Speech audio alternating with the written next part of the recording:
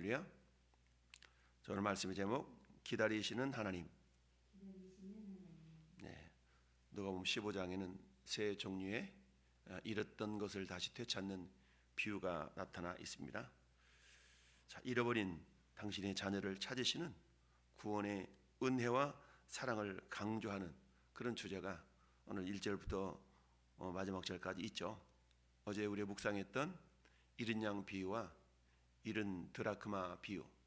근데 우리가 보통 점층법이라는 국어에서 점층법이라는 말을 사용합니다. 점점 더 강조가 된다, 이런 의미죠. 자, 처음에 잃은 양이라는 것은 100마리 가운데 한 마리라는 개념이 있었죠. 100마리, 그러니까 모든 100마리 중에서. 그리고 잃은 드라크마는 10개의 드라크마 중에서 하나, 이런 의미가 있죠. 그런데 잃은 양은, 잃어버린 아들은 어때요? 두 아들 중 하나, 점점점 이렇게 줄어드는 것을 보죠. 그만큼 강조하고 있다라는 얘기죠. 근데 그 둘 중에 하나가 실상은 누구예요? 바로 바로 저와 여러분들이었다라는 사실을 우리가 기억해야 됩니다. 뿐만 아니라 이것이 잃어버린 한 마리 양이나 잃어버린 한 마리 드라크마나 잃어버렸던 그 둘째 아들이나 모두가 다 저나 여러분에 해당될 수가 있다라는 사실이죠. 내가 만약 어린 양과 같은 존재였더라면, 정말 내가 길을 잃어버렸는데 주인을 찾고자 해도 찾을 수 없는 그런 상태. 그래서 잃은 양이나 잃은 드라크마의 핵심은 뭡니까? 찾아 나서시는 하나님에 대한 강조점이 있는 것이죠. 이와 반면에 잃은 둘째 아들이 비유는 뭐예요? 기다리시는 하나님. 이처럼 하나님은 때로는 찾아 나서시기도 하지만 때로는 기다리시기도 하신다라는 것을 우리에게 보여주고 있습니다. 어제 묵상이 봤던 잃은 양, 잃은 드라크마. 근데 잃은 양과 잃은 드라크마는 어때요? 찾아내기까지 그 주인의 수고로움이 멈추지 않았다라는 얘기입니다. 우리가 기도한 다음에 기도 응답에 대한 이야기를 나눌 때에 그런 얘기하죠. 인디안 기우제라는 이야기를 가끔 합니다. 인디안들은 기우제를 하는데 어떻게 기우제를 해요? 비가 올 때까지. 그러니까 인디안 기우제는 반드시 비가 내린다라는 그런 속설이 있는 것이죠. 왜요? 비가 올 때까지 기우제를 지내니까 인디안들이 기우제를 지내면 반드시 비가 온다라는 얘기죠. 마찬가지로 우리의 기도도 역시 하나님께서 응답하실 때까지, 그러기 위해서는 몇 가지 전제 조건이 따르죠. 그건 뭡니까? 절제. 하나님은 절대적으로 우리의 기도를 응답하시는 하나님이다라는 우리의 신뢰가 있어야 되겠죠. 물론 우리가 믿든지 아니 믿든지 하나님은 우리의 기도를 들으시고 응답하시는 하나님이심에도 불구하고 우리 편에서 그 사실을 우리가 신뢰하지 않는다면 우리는 어때요? 기도하다가 응답이 더딘 것 같으면 낙심해서 포기하고 주님을 원망하거나 불평하거나 이런 삶을 살아갈 수가 있는 것이죠. 따라서 기도 응답이라는 것은 반드시 이루어지는데 첫 번째 전제 조건이 나에게 그분은 반드시 응답하시는 하나님이시다라는 신뢰가 있어야 된다고 그랬죠. 두 번째는 뭐가 필요할까요? 그렇다면 반드시 응답하시는 하나님이시기 때문에 어때? 응답이 있을 때까지 우리의 기도가 멈춰지지 않아야 된다라는 의미가 있는 것이죠. 어제 묵상했던 이처럼 한 마리 잃어버린 양 99마리는 들에 두고 한 마리를 찾으러 갔다. 많은 사람이 또 그러잖아요. 그럼 들에 둔 99마리는 위험해지는 거 아니냐? 물론 그럴 수도 있지만, 그러나 들에서 목욕을 할 때 99마리는 이미 저녁이기 때문에 우리 안으로 이렇게 들여놓은 상태라고 우리가 알 수가 있는 것입니다. 10 드라크마, 이런 한 마리 양은 어때요? 우리를 벗어난 상태이지만 잃은 드라크마는 우리 안에 있는, 집 안에 있기 때문에 여전히 내가 잃어버린 줄도 모르고 있는 그런 영적인 상태를 말씀한다라고 할 수 있죠. 따라서 이것을 제가 교회 등록은 되어 있지만 여전히 출석하지 않냐고, 나는 예수 믿었으니까 됐어 라고 착각하고 살아가는 그런 인생들일 수가 있다는 얘기죠. 만약 이런 삶이 내가 죽을 때까지 그런 삶이 되어진다는 얘기는 그 사람은 믿음이 없는 사람이었다라고 우리는 결론 지을 수가 있습니다. 왜냐하면 어린아이가 태어나자마자 젖을 먹다 말다 이 아이가 집을 나가서 혼자 살아간다는 것은 불과한 얘기이기 때문이죠. 그것은 결국 뭡니까?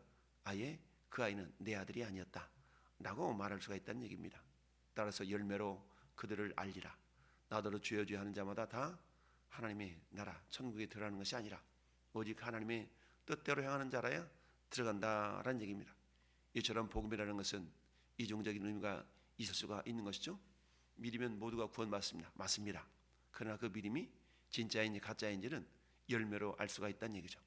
아무리 사과나무가 나는 배나무야 배나무야 주장한 할지라도 사과나무의 배가 열린다면 그 나무는 배나무인 것이고 사과 열매가 맺힌다면 그 나무는 사과나무일 수가 있다는 이야기죠.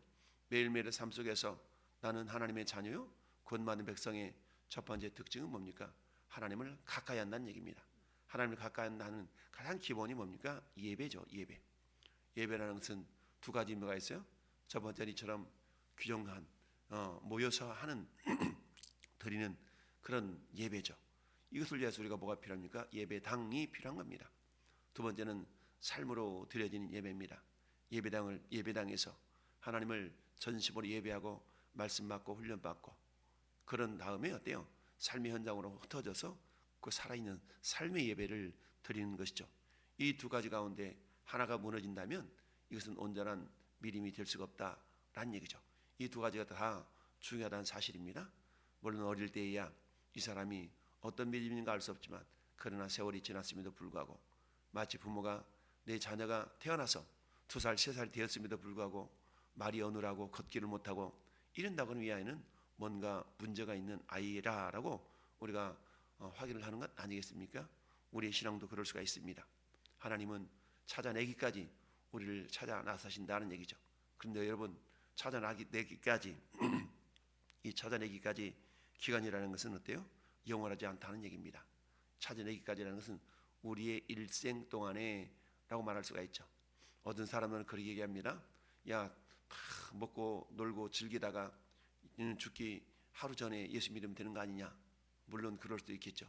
그러나 여러분 내가 죽는 날을 어떻게 알 수 있겠습니까? 어제 하루만 해도 수많은 사람들이 죽어갔을 겁니다.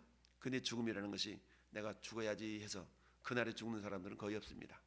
우리 죽음은 불현듯 찾아올 수가 있는 것이죠. 그러나 어때요?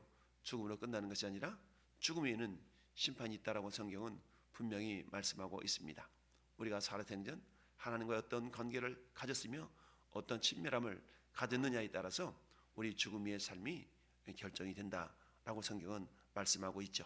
하나님의 은혜는 찾아내기까지 우리를 찾아 나서시는 그런 하나님이시지만 그런 찾아 나서심에 그 하나님의 은혜가 어때요? 모든 사람들에게 임했으면 좋겠는데 그 은혜를 모든 사람들이 다 받아들이는 건 아니죠.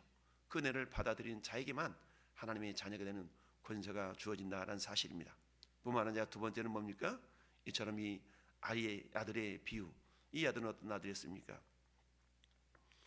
아버지에게 말하기를 아버지의 재산 중에서 내게 돌아올 분깃을 내게 주소서 하는지라. 아버지가 그 살림을 각각 나눠 주었더니 여러분 원래 유대 문화에 있어서 살림을 나눠주는 것, 재산을 상속하는 것은 어때요?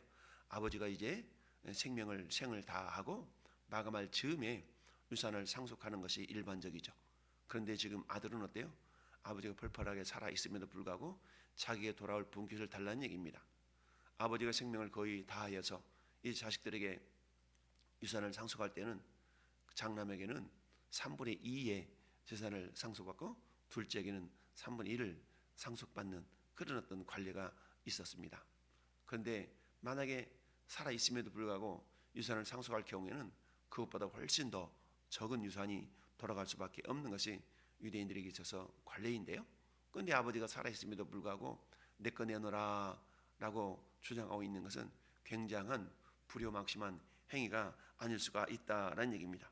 오늘 본문을 통해서 우리가 깨닫는 것은 첫째, 하나님 앞에서 내 것을 주장하는 마음이 인생 불행의 원인이다라는 것이죠. 여러분, 우리 어린아이들한테 뭐 사탕을 좀 달라거나 장난감을 좀 줘봐라 그러면 싫어, 내 거야 라는 말을 우리 하는 경우를 왕왕 듣습니다. 그렇죠.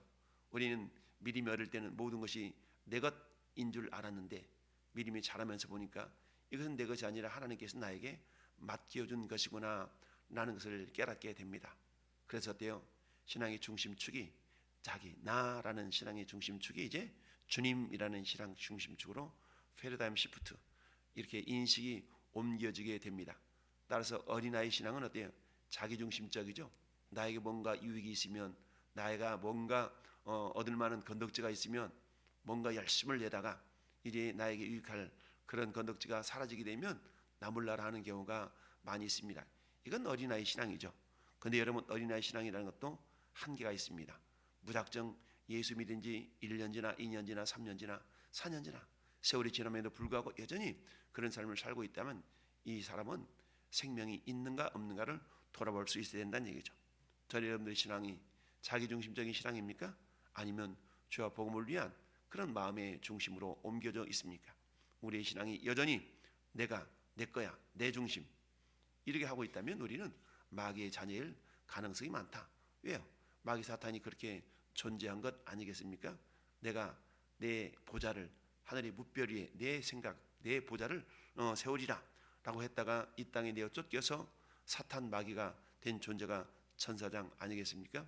이런 것처럼 내 것 내놓으라 라고 아버지가 펄펄하게 살아있음에도 불구하고 주장했던 그것이 어때요? 불행의 시작이었다라는 얘기입니다. 엄밀히 따지면 어때요? 이 작은 아들에게는 자기 것이 없었어요. 왜요? 아버지가 죽기 전에 모든 것이 아버지 것이기 때문이죠.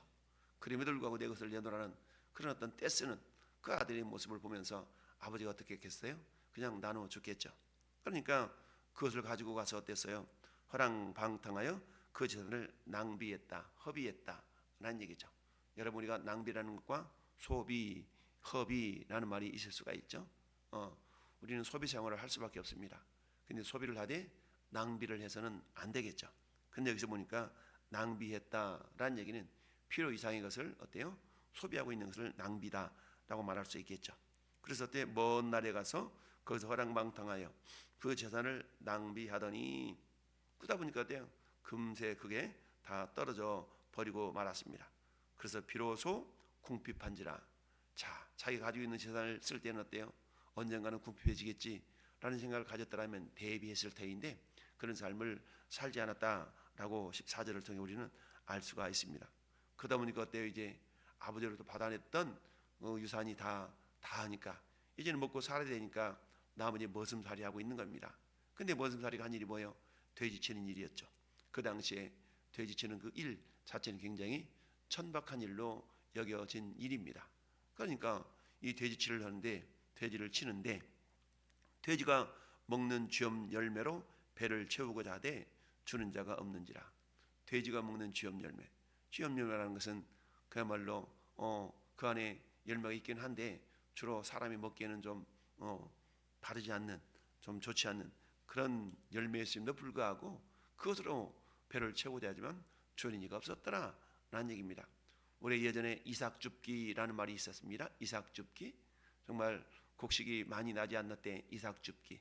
이삭이 떨어지면 주인들은 그 이삭까지도 싹싹 주워서 어때요? 한 톨이라도 더 양식을 만들려고 하는 그런 시절이 있었죠. 오늘날은 그런 것보다는 정말 종자가 개량이 되어지고 기계로 다 소각하기 때문에 일일이 이삭 줍는 그런 일이 없죠. 그것은 벼뿐만 아니라 마찬가지, 고구마도 마찬가지죠. 고구마 이삭 줍는다는 말도 있습니다. 고구마를 다 캐고 나면 어때요? 자그마한 그런 알갱이 남아있는 그 고구마들을 주워서 그걸 가지고 또 간식을, 양식을 잡는 그런 경우들이 있는데요. 근데 그런 것들조차도 주는 이가 없었다라는 얘기죠. 그때 비로소 자기 자신의 현실을 돌아보게 됩니다. 그러면서 17절에 이에 스스로 돌이켜 이르되 내 아버지에게는 양식의 풍족한 품꾼이 얼마나 많은가. 나는 여기서 주려 죽는구나. 내가 일어나 아버지께로 가서 이르기를 아버지, 내가 하늘과 아버지께 죄를 지었사오니. 회개의 기본은 죄를 깨닫는 데 있는 거 아니겠습니까? 그렇습니다. 이처럼 하나님을 떠나 사는 삶은 허비하는 삶이 될 수밖에 없는 겁니다. 하나님을 떠나 사는 것, 내 것을 주장하는 것이 불행의 시작이요, 하나님을 떠나 사는 것이 결국 허비하는 인생이 될 수밖에 없는 것이죠. 여러분, 허비한다는 것은 무엇을 의미합니까?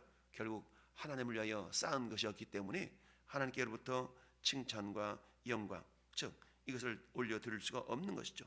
그러니까 하나님을 위하여서 쌓은 것이 없다는 얘기는 이 사람은 하나님 보실 때 허비한 인생이 되고 만다라는 얘기입니다. 여러분, 허비한 인생을 향해서 주님 뭐라고 말씀하시겠어요? 칭찬하겠습니까? 책망하겠습니까? 당연히 책망을 받는 삶을 살아갈 수밖에 없는 것이죠. 그러나 이 사람은 어때요?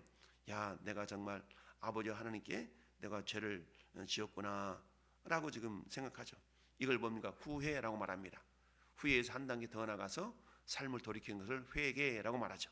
그러면서 이제부터는 아버지 아들의 일컬음을 감당하지 못하겠나이다. 나를 품꾼의 하나로 보소하리라 하고, 여기까지는 후회죠, 후회.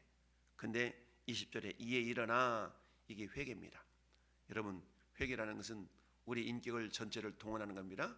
그 인격은 뭡니까? 지정의, 지식적으로 내가 이거 죄구나 라는 걸 깨닫는 데서부터 감정적으로 그 죄를 싫어하는 겁니다. 이제 돌이켜야지. 두 번째, 세 번째는 뭡니까? 그 감정적인 것을 이제 의지로 표현해내는 것입니다. 그래서 오늘 본문에는 회개가 무엇인가를 잘 보여주고 있는 본문이다 라고 말할 수가 있습니다. 우리의 인격이 뭐냐 라고 말할 때 인격이라는 것은 지정의를 나타내주고 있다라고 표현할 수가 있는 것이죠. 그래서 회개라는 것은 그거 잘못된 거야, 그거 죄인데 라고 생각하고 그대로 멈춰 있다면 이 사람은 회개하는 자가 아니라 후회하는 자다. 후회 막급이라는 말도 있죠. 후회를 해서는 결코 자신에게 유익할 것이 없다. 그럼 뭐 해야 되는가? 회개를 해야 되겠죠. 회개라는 것은 지정의, 의지가 작동되는 겁니다. 오늘 이 둘째 아들이 20절 말씀이 이에 일어나서 뭐 한 겁니까? 자기가 죄인이었고 잘못됐다는 것을 깨달았을 때 이걸 돌이키는 행동, 액션이 있었다는 얘기입니다. 일어나서 아버지께로 돌아가니라. 돌아가는 그 마음은 어떤 마음이었어요? 차라리 내가 모습 중 한 사람으로 여김 받을 정도로 그런 겸손한 상태로 변화되는 것 아니겠습니까? 그래서 보니까 아직도 거리가 먼데 아버지가 아들을 알아보고 벗은 발로 뛰어나와서 아들을 안고 측은히 여겨, 얼마나 안타까웠겠습니까? 측은히 여겨 입을 맞췄다. 그런 어때요? 그러자 아들이 드디어 죄를 고백합니다. 하면 아버지, 나를 아들이라고 하지 마소서. 내가 아버지께, 하늘과 아버지께 죄를 지었으니 지금부터는 아버지 아들일 걸음을 감당하지 못하겠나이다. 아버지가 뭐라고 그랬어요? 그렇지, 너 그렇지. 너는 지금도 내 아들이 아니야. 이러지 않냐고. 무슨 소리냐? 너는 여전히 내 아들이다. 내가 너 얼마나 기다렸는지 아느냐? 이게 뭡니까? 이게 10절 말씀에 이와 같이 죄인 한 사람이 회개하면 하나님의 사자들 앞에서 기쁨이 되니라 라고 말씀하고 있습니다. 그렇습니다. 여러분, 이처럼 한 영혼이 주께로 돌아와 정말 주님을 기쁘시게 할 수 있는 그런 믿음의 사람이 된다는 것은 굉장한 하나님을 기쁘시게 하는 일이다 라는 사실입니다. 그렇다면 전 여러분들이 해야 될 일은 뭡니까? 먹든지 마시든지 무엇을 하든지 하나님의 영광을 위하라. 하나님의 영광을 위하는 일 자체가 주님을 기쁘시게 하는 일들이다라는 사실을 기억할 수 있어야 됩니다. 이 아들은 나는 차라리 종으로 여김받으리라고 왔지만 아버지는 어때요? 무슨 소리냐? 제일 좋은 옷을 내어다 입혀라. 손에 가락지를 끼워라. 발에 실을 씻기라. 그리고 살진 송아지를 잡아 산치를 버리자. 그러면서 이 내 아들은 죽었다가 살아났으며, 죽었다는 것은 뭡니까? 관계 단절이죠. 아버지와 관계가 끊어진 상태는 이미 죽은 상태입니다. 마찬가지입니다. 전 여러분 태어날 때 우리는 하나님과 관계가 단절된 상태로 죽은 상태로 태어난 존재들이었어요.